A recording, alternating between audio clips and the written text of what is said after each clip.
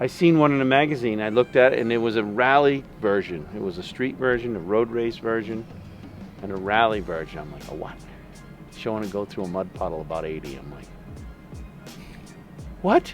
And that was it. I sold everything, moved to Burlington, nothing. I haven't thought about anything but rally cars ever since. Tighten your lap belt extremely tight. The shoulder belts could be a tiny bit loose if you require that to be so. Sounds to me like it'd be more of a bucket list thing if you and Dad did a rally in a Speed 3. Welcome to another episode of Learning to Drive Rally. In today's episode, I get to ride in a rally car for the first time in my life on a narrow road really fast with a slick surface next to a bunch of trees. It was an experience I'll never forget. If you didn't see the previous episode where we take a tour of Team O'Neill Rally School, go check that out. We're here a day early for some special arrangements to shoot some content and share this experience with you guys, and unexpectedly I got to ride in this rally car. Tim showed me a time I'll never forget. This car of his that he's going to talk about at the end of the episode, we ran into some problems, he's going to tell you about the car, but this is an AMC AMX. AMX is the model, AMC is the brand. Most of you my age will have no idea what that is. It's American Motors Corporation. They were only in business from 1970 to 1987. They had a pretty short run in the grand scheme of things, and the AMX model that we're about to ride in, that Tim made a rally car out of, was only in production for 3 years. There was about 19,000 of them produced. So it's a pretty rare vintage rally car, big V8, rear-wheel drive. You gotta know what you're doing to handle this thing through the woods. Filming this right now, I've been through the rally school and all that. I have to say that the rear-wheel drive platform, in my opinion, takes the most talent to dance through the narrow roads and go fast and carry a lot of speed. It's a lot to take in. I hope you enjoy this experience with me. It was a first that I'll never forget. It's something that I thought about since I was really little, and it lived up to every expectation, and I'm hooked for life. I'm gonna go ripping by here. First ride in a true rally car, AMC AMX. Roger that. 10-4. Warm up the brakes a little bit. The transmission's kind of warm. I'm gonna just go a little slow. A lot of times, we use different maneuvers. Here, a situation where I might have to brake. If I have too much speed, I'm gonna brake before I turn. It's pretty muddy here. Then I'm going to throttle steer.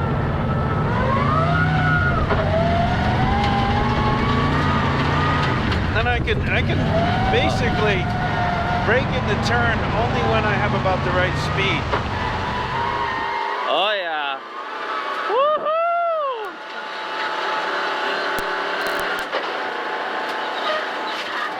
Oh, we got a little bit of a rubbing. Rubbing is racing. I'm gonna just kind of flop around a little bit, kind of. Oh, that is the best feeling. Oh. I'm gonna watch out for bears. See, I shift without the clutch. Saves me a little bit of time. This car feels amazing. BMW, kind of an overgrown BMW.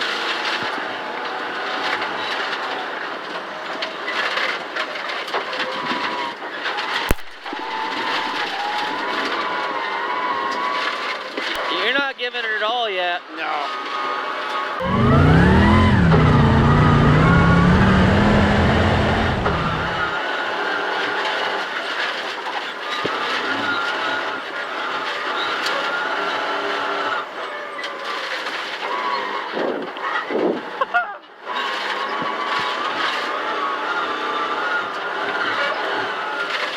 I'll tighten up the back a little bit.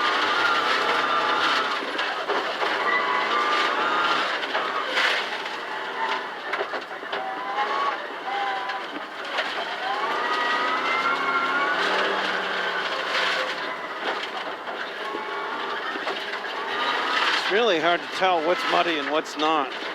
Yeah. Find out on a narrow road how quickly. I'm learning a lot watching your feet right now. So sometimes I'll brake before I turn. That slows me down. Right. Sometimes I just add a little brake in the middle of a turn. See, I see it's wet. I ride the brake a little bit. Yep. Ride the brake for your safety when it's unknown. Yeah. You know, especially in front wheel drive in any vehicle. Here I ride the brake, throttle, turn back, throttle. Yep. Wow, that brake cool. A little bit. Too much speed, right? If I have too much speed on the brake before the turn. This is the coolest thing I've ever done. Good thing you're still young. I'm sure you got lots more cool things to do.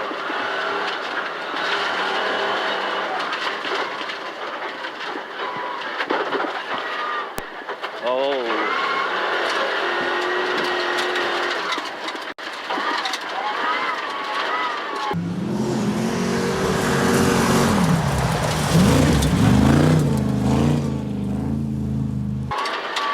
Muddy, muddy, muddy, muddy, Oh, muddy. dang. Yeah, super muddy.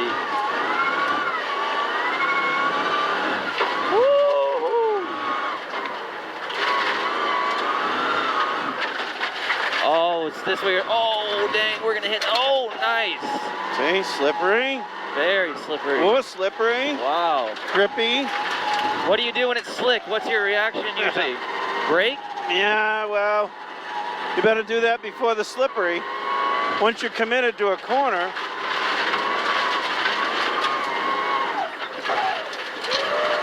What gear are you in? Third. Oh, okay. Could go second, but.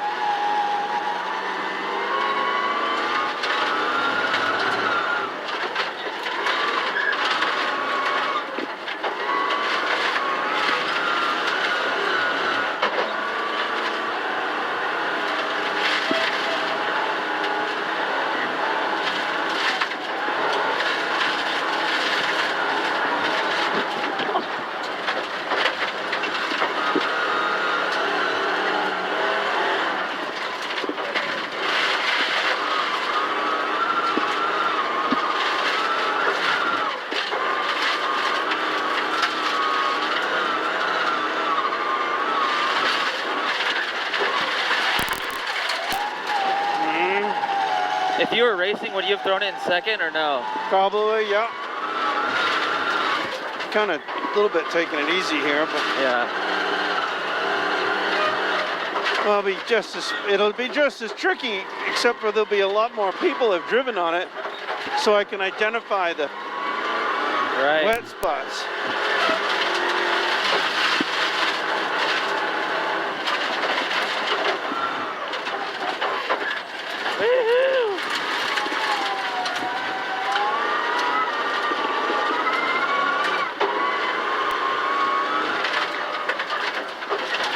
Woohoo! Tricky. Are you always looking like, even at your level, always like way far ahead, never in front of you? Is that always No. going through your head? I look at the outside of the turn, then I look at the inside. Okay. Now I'm looking at the outside of the next turn. Yep. The grip, the inside. Yep. The inside of the next turn, the grip. Hard as I can. My eyes are always scanning. Yep.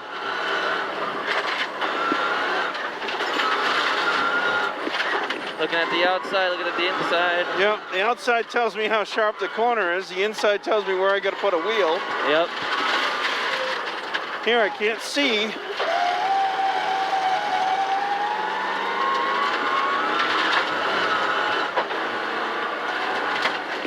It's a little slippery.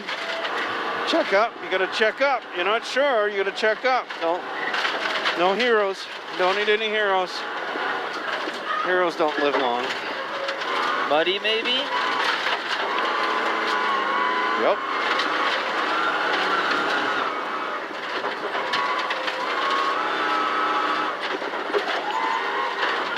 You got coolant coming out the front? Probably.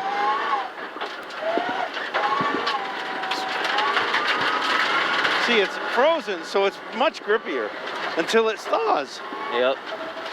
Oh, Jesus. oh my. Ah, that was bad. Brook Road, make a note.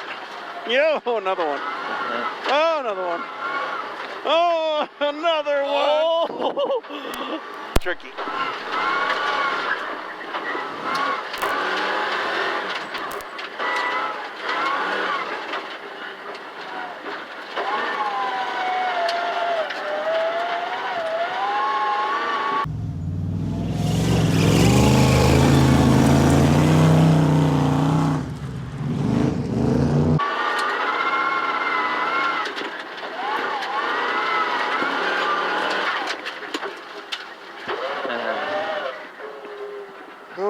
It is way, something is really wrong. You know what? I bet you the fan is not functioning. What is our temp at, 250 almost? Yeah. That's not good.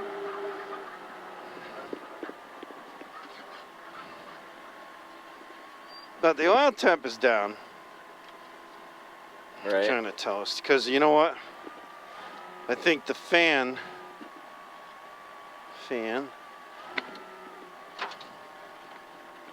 You want to get out? Yep. Wow. We'll figure this out, but thank you so much for that. You're good.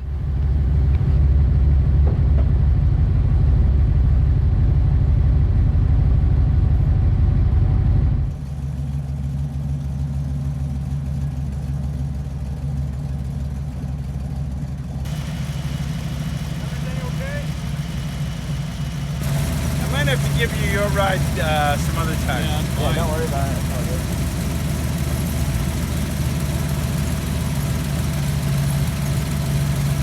was it? It's like video games in real life. That was so sick. I feel bad about this though. I haven't followed up with Tim to see what happened to this car. I will, and I'll let you guys know. But let's learn about this car a little bit from him. The way the cam profile, when you start having a more bigger cam, the duration gets further, the lobe center gets further apart. It starts sounding like that at idle, like an old Harley. Is that your favorite sound? Yes. Most of my life, I mean, I started off with one of these when I was a kid and I ruined it. Then I raced stock cars, so that was V8s. And then I learned about rallying when I was like 20, 21. And then everybody in rally is like, well, you got to start in front wheel drive, and then you're going to master that, and then because four wheel drive was just coming out, like in the early '80s. So everyone's like, well, the best drivers, ones that were getting the most success out of all wheel drive, had been driving front wheel drive, and I hated front wheel drive, and this is all I knew. So the next, say, 40-something years, I've worked on building my career on front wheel and all wheel. So now I'm finally back to where I started. And are you happy about that? Yeah. Cars got more complicated. You know, I was the Golf guy back in the 80s. And then the Mitsubishi guy. And then it's gone up. And in like the last few cars, the RS Focus almost couldn't make it a rally car. Before that was the ST Fiesta. That was really hard. Electronics. You can't really, it's not easy to bypass ABS. It's not easy to bypass traction control. It's just... And with the RS, ABS is hooked in with the all-wheel drive system. So if you start monkeying with the ABS, all of a sudden you don't have all-wheel drive. So now I'm finally at the point where I said enough. Plus, my objective here is to get to guys, older guys, that have a little change and a little time off to come here, spend loads of money. Right. You're more interested in this old crap than you are. Because I slid a 72 Le Mans around dirt roads at 17 and 18. Exactly, my market right here. We collect cars of the era we had sort of the most fun. Usually single, wild, had fun. And then of course you settle down, get married, have business, employees and everything, and then it all goes away.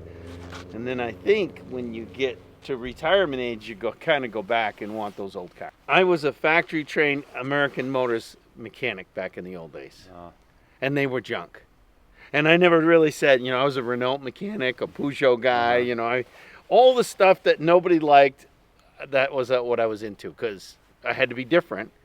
So these things they had crappy engines and suspension. What's under the hood in this thing?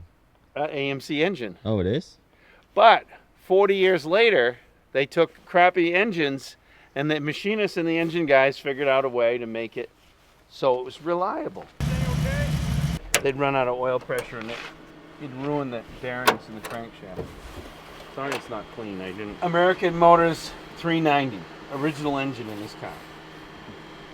So this has the original engine, or most of it, the body, and the steering column and the dash. So anyway, yeah, this is my latest project.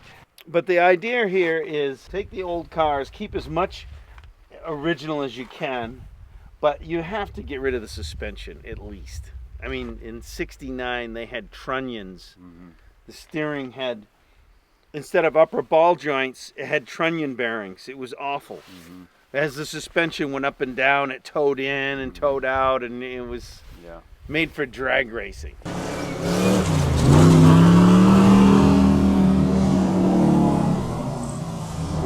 No matter what's going to happen with the AMX, you'd have more fun. It sounds to me like it'd be more of a bucket list thing if you and Dad did a rally in a Speed 3.